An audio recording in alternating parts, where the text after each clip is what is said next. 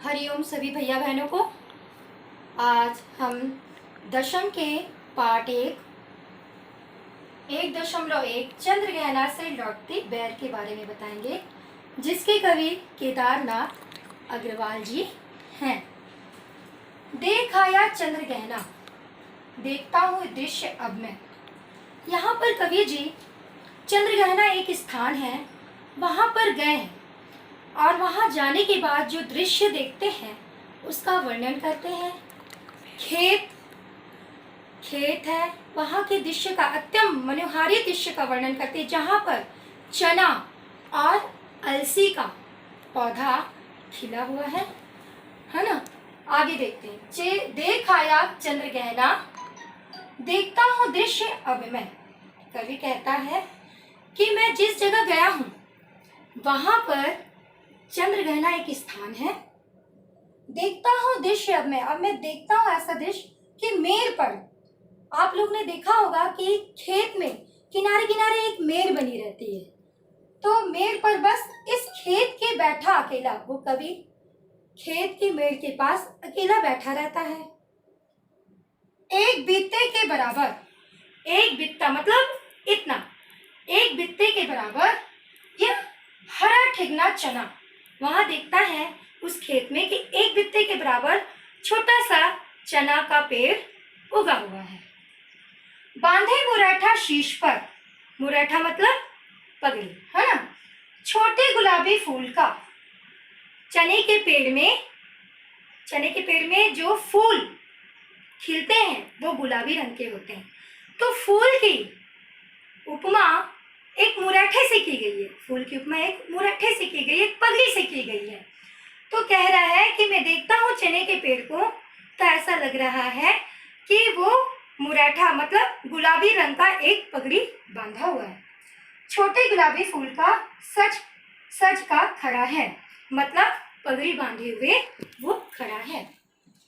पास ही मिलकर उगी है, और वही खेत में पास में ही उगी है, बीच में अलसी हटेली।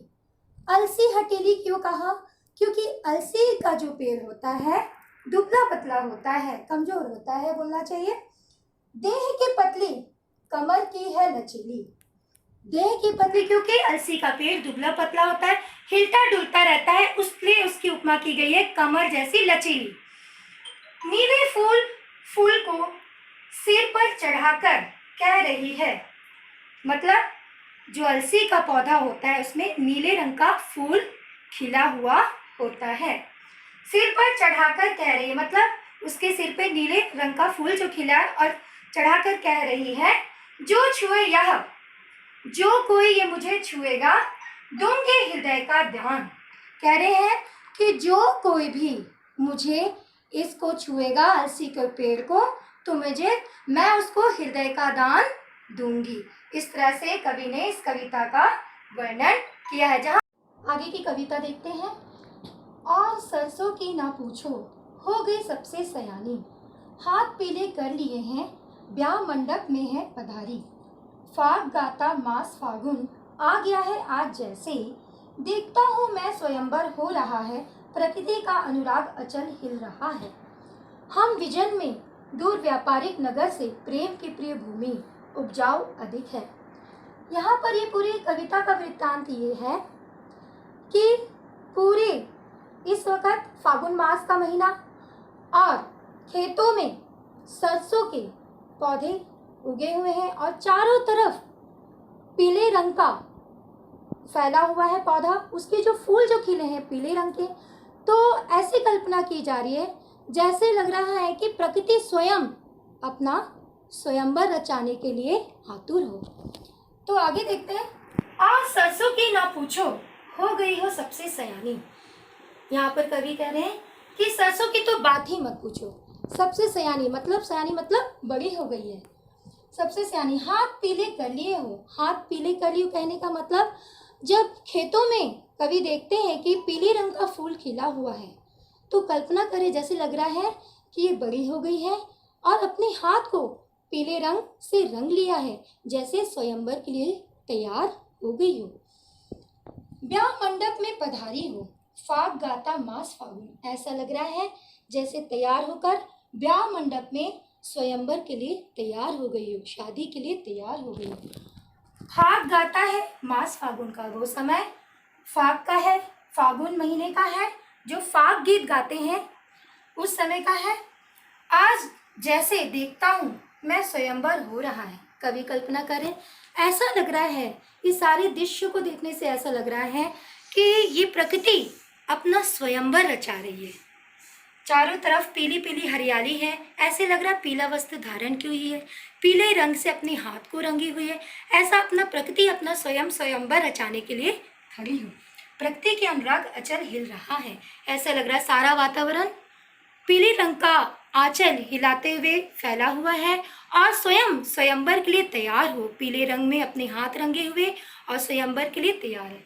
हम विजन में दूर व्यापारिक नगर से, विजन मतलब सुनसान अकेला, दूर व्यापारिक नगर से प्रेम की प्रिय भूमि उपजाऊ अधिक है। कवि कह रहे हैं कि इस व्यापारिक नगरों से दूर, इस व्यापारिक नगरों से दूर प्रेम की प्रिय भूमि, प्रेम की प्रिय मतलब ये जो खेत खलिहान, ये प्रकृति की सौंदर्यता को देख के कह रहा है कि यहाँ पर प्रेम का एक मनोहारी दृश्य दिख रहा है।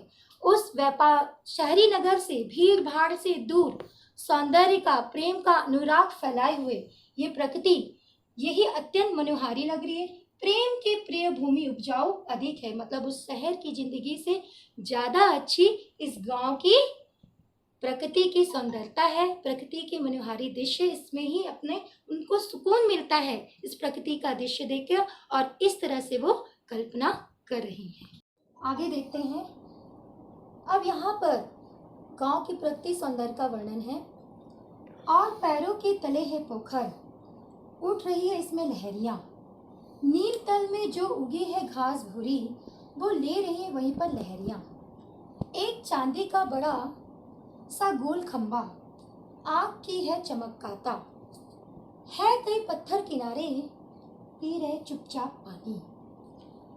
प्यास जाने कब बुझेगी, चुप खड़ा है बगुला डूबे टांग जल में, देखते ही मीन चंचल ध्यान निद्रा त्यागता है, चट दबाकर चोंच में नीचे गले के डालता है। यहाँ पर कवि बता रहे हैं कि जहाँ खेत की मेड़ जहाँ पर बैठे हैं वहीं पे पैर के नीचे ही एक पोखर है। पोखर मतलब तालाब, तालाब है। तो तालाब को जब देखते हैं तो लिखा है कि उठ रही है इसमें लहरियाँ। उस पोखर में जब हवा पड़ती है, तेज हवा चलती है, जब पानी में पड़ती है तो वो जो हवा में जो पड़ती है तो वो तरंगे हिलती हैं, वो पानी की लहरियाँ हिलती हैं। नील तल में जो उगी है घास भूरी, तालाब के नीचे जो घास भूरी भूरी सी, थोड़ी मटमैली सी है, काई जैसी है, पूरी हरी नहीं दिखती है क्योंकि तालाब के नीचे काई रहता है, इस वजह से थोड़ी भूरी, थोड़ी मटमैली इस तरह की दिखती है। तो ले रही है वह भी लहरियाँ, मतलब तालाब के नीचे जो घास है वो भी हवा पड़ने पर जब तालाब पे, तो वो घास भी हिल रही है। एक चांदी का बड़ा सा गोल खंबा, वहीं किनारे में एक चांदी का बड़ा सा गोल खंबा है, आग की है चमकाता। कहने का मतलब है जब वो किनारे, तालाब के किनारे जो खंबा है, जब उस पर सूर्य की जो किरणें पड़ती है तो वो चमकता है। जब वो चमकता तो हमारे आँखों में भी पड़ता है। तो है कई पत्थर किनारे पी रहे चुपचाप पानी। तालाब के किनारे आप लोग ने देखा होगा कि बहुत सारे पत्थर किनारे रहते हैं, बड़े पत्थर, छोटे पत्थर, गोल पत्थर, इस तरह से रहते हैं। ऐसा अनुभव कर रहे हैं कवि, जैसे लग रहा है कि ये पत्थर भी तालाब का पानी पी रहे हैं। प्यास जाने कब बुझेगी, कहने का मतलब है कि जो तालाब के किनारे जो पत्थर हैं, कवि अनुभव करे कि ना जाने इनकी प्यास कब बुझेगी। चुपचाप खड़ा बगुला डूबे टांग जल में, देखते हैं कवि कि जो बगुला है वो तालाब में टांग मतलब अपने पैर को डाल के खड़ा है और आंखें बंद किया हुआ है। देखते ही मीन चंचल ध्यान निद्रा त्यागता है। जब बगुला तालाब में खड़ा रहता है तो अपनी आंखें बंद रखता है, मतलब ऐसा, मतलब वो धोखा दे रहा है कि तालाब के अंदर जो मछलियां हैं, हो सकता है वो ये अनुभव करे कि मेरे को नहीं, मतलब मैं उनको नहीं देख रहा हूँ, है ना, ताकि आराम से वो चले जाएं। लेकिन वो तो बगुले की एक चालाकी थी कि मैं आँख बंद करके खड़ा रहूँगा और अचानक से मछली मेरे पास आएंगी और मैं क्या करूँगा, चोंच से उनको दबा लूँगा।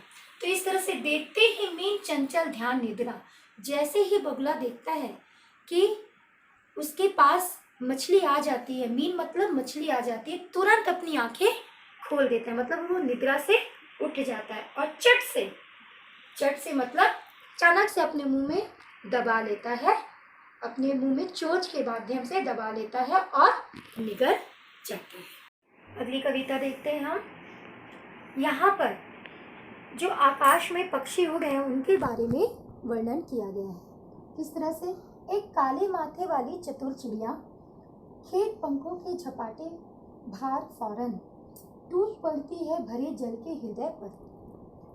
एक उंजली चटुल मछली, चोंच पीली में दबाकर दूर उड़ती है गगन में, और यहीं से भूमि ऊंची है जहाँ से रेल की पटरी गई है, ट्रेन का टाइम नहीं है। यहाँ पर कवि देख रहे हैं, बता रहे हैं कि अब आकाश में जो उड़ने वाली जो चिड़िया है उसके बारे में बता रहे हैं कि एक काले माथे वाली जो चिड़िया है, काले माथे वाली चतुर चिड़िया है, वो अपने सफ़ेद रंग को पंखों को उड़ाते हुए वो तालाब की तरफ देखती है।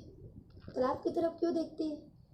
इसलिए देखती है कि अगर उसको अचानक से मछली दिख जाए तो तुरंत वो झपट्टे मारकर चोंच में दबाकर चली जाए। लिखा है, खेत पंखों के झपाटे भार फौरन, टूट पड़ती है भरे जल के हृदय पर, तुरंत ही वो तालाब के अंदर घुस जाती है। एक उंजली चटुल मछली, एक चतुर मछली जो होती है, चोंच में पीली दबाकर जैसे ही मछली जो आती है तालाब में, तुरंत अचानक से चिड़िया देख लेती है और अपनी पीली चोंच में दबाकर दूर उड़ती है गगन में। यह दृश्य कवि देखते हैं, तभी वो क्या देखते हैं कि भूमि ऊंची है जहाँ से रेल की पटरी गई है, खेत का जो मेड़ है उससे ऊंची, वहाँ पर ऊंची जो जमीन है उस जमीन में रेल की पटरियाँ बिछी हुई है और वहाँ से ट्रेन जा रही है। तो ट्रेन का टाइम नहीं हुआ है। कवि कह रहे हैं कि जो ऊंची ज़मीन है उस ऊंची ज़मीन से ट्रेन जा रही है इस पटरियों से, लेकिन उस समय ट्रेन का टाइम नहीं हुआ है जाने का। आगे देखते हैं क्या कह रहा है। मैं यहाँ स्वच्छंद हूँ, कवि के मन में एक भावना है कि मैं आज़ाद हूँ, स्वच्छंद हूँ, जाना नहीं है, कवि का मन नहीं है मुझे यहाँ से जाने का। चित्रकूट की अनगढ़ चौड़ी कम ऊंची ऊंची पहाड़ियाँ, चित्रकूट की अनगिनत जो चौड़ी चौड़ी ऊंची जो पहाड़ियाँ हैं, है ना, और अत्यंत सुंदर लग रही है, दसों दिशाओं में या दूर दिशाओं तक फैली हुई है। दूर दिशाओं तक फैली है, दसों दिशा नहीं, दूर दिशाओं तक फैली। चारों तरफ जब कवि देखते हैं कि चित्रकूट में जो पहाड़ियाँ अनगिनत हर चारों तरफ फैली हुई हैं, और वो दृश्य देख के उनको बहुत अच्छा मनोहारी लग रहा है। और ये क्या देखते, बाज भूमि पर इधर उधर रीवा के पेड़ कांटेदार कुरूप खड़े हैं। यहाँ पर कह रहे हैं कि वहाँ पर बाज भूमि पर मतलब पहाड़ियों पर कांटेदार बबूल के पेड़ उगे हुए हैं, जिसमें कोई विशेष उनकी विशेषता नहीं है, ना खूबी है, ना उनकी कोई सुंदरता है। तो पहाड़ियों में ये कांटेदार बबूल के पेड़ उगे हुए हैं। इस तरह से कविता का वर्णन कर रहे हैं। कवि का मन नहीं लग रहा है शहर की ओर जाने के लिए, इस तरह से मनोहारी वर्णन कर रहे हैं। आगे की हम कविता देखते हैं। यहाँ पर कवि ने जो पक्षियों की आवाज़ है उनके बारे में वर्णन किया है। सुन पड़ता है मीठा मीठा रस टपकाता, सुग्गे का स्वर टे टे टे टे टे, सुग्गे मतलब तोता। सुन पड़ता है वन स्थली का हृदय चीरता, उठता गिरता सारस के संग, जहाँ जुगल जोड़ी रहती है। वहाँ पर सारस की भी आवाज़ सुन रहे हैं, जुगल जोड़ी रहती है। जुगल जोड़ी मतलब दोनों, सारस और उसके साथ। तो हरे खेत में सच्ची प्रेम कहानी सुन लूँ चुप्पे चुप्पे। यहाँ पर कवि कहते हैं कि जब मैं वन में देखता हूँ, इन पक्षियों की आवाज़ सुनता हूँ, एक पेड़ में बैठा हुआ जो तोता है उसकी आवाज़, उसकी मीठा रस, उसकी आवाज़ जो टेटे की आवाज निकालता है। साथ ही जो सुनसान वनस्थली का हृदय चीरता हुआ जो वन है, वहां पर सारस की आवाज जो निकलती है, दोनों युगल जोड़ियों का आवाज जो निकलता है, उन सबको मैं चुपचाप सुनते रहूं। हरे खेत में सच्ची प्रेम कहानी सुन लूं चुप्पे चुप्पे। कवि कह रहा है कि ये तोते की आवाज और सारस की आवाज, इनके युगल जोड़ों की बातों की आवाज मैं सुनते रहूं चुपचाप इस वन में बैठकर, और इनकी प्रेम युगल जोड़ियों की कहानी सुन के अपने मन में सुकून पाऊं। इस तरह से कवि कहना चाह रहे हैं कि जो वनस्थली है, जो चीरता हृदय हृदय उठता गिरता है, मतलब शांत वनस्थली है, और वहां पर जब इन पक्षियों की आवाज सुनता है और इन युगल जोड़ों की आवाज सुनता है तो उसका मन खुश होता है, कि ऐसा लगता है जैसे दोनों युगल जोड़े प्रेमत्व के रूप में लीन हैं। उनकी आवाजों को सुन के उसके मन को अत्यंत आनंद महसूस होता है, और वो कवि चाहता है कि मैं इस वन को छोड़ के ना जाऊं। तो इस तरह से आपने देखा कि ये कविता आपकी पूर्ण हुई। यहाँ पर आपने देखा कि कवि ने कितने सुंदर माध्यम से प्रकृति का एक गहराई का वर्णन किया, उसकी सौंदर्यता का वर्णन किया।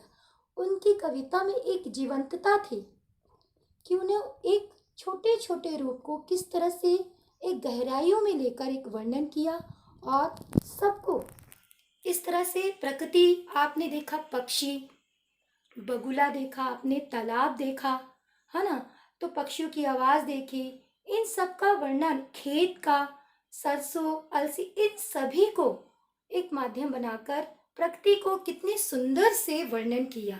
तो इस तरह से ये पद्यांश पूर्ण होता है। आप सभी को धन्यवाद।